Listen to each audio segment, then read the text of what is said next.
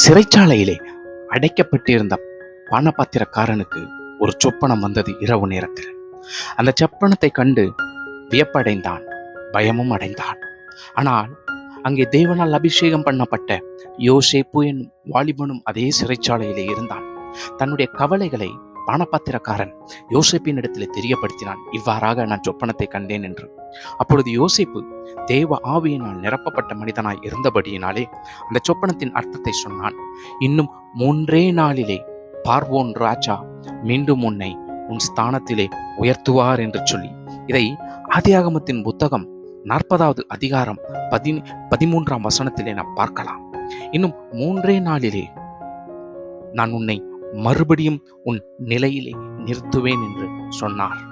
இன்னும் 3 நாளிலே தான். தெய்வ பிள்ளைகளே, நீங்களும் சிறையிருப்பின் வாழ்க்கையிலே வாழ்ந்து கொண்டு இருக்கிறீர்களா?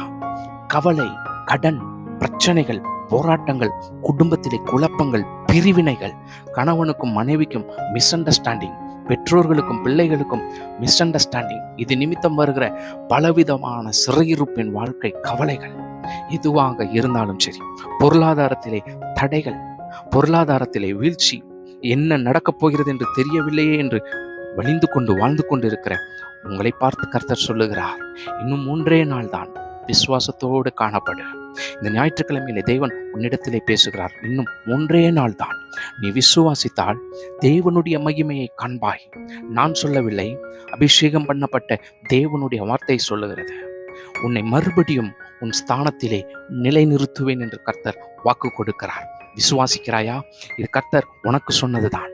பானபாத்திரக்காரனுக்கு மாத்திரமல்ல, தேவன் உனக்கும் சொல்லுகிறார். நீ எந்த வேதனையிலே, எந்த இக்கட்டான சிறையிருப்பின் வாழ்க்கையிலே இருந்தாலும் சரி, சிறைச்சாலையிலே காணப்பட்டு இருந்தாலும் சரி, வழக்குகளை கொண்டு பயந்து கொண்டு இருந்தாலும் சரி, தேவன் சொல்லுகிறது, இன்னும் 3 நாளிலே நான் உன்னை மகிமைப்படுத்தப் போகிறேன்.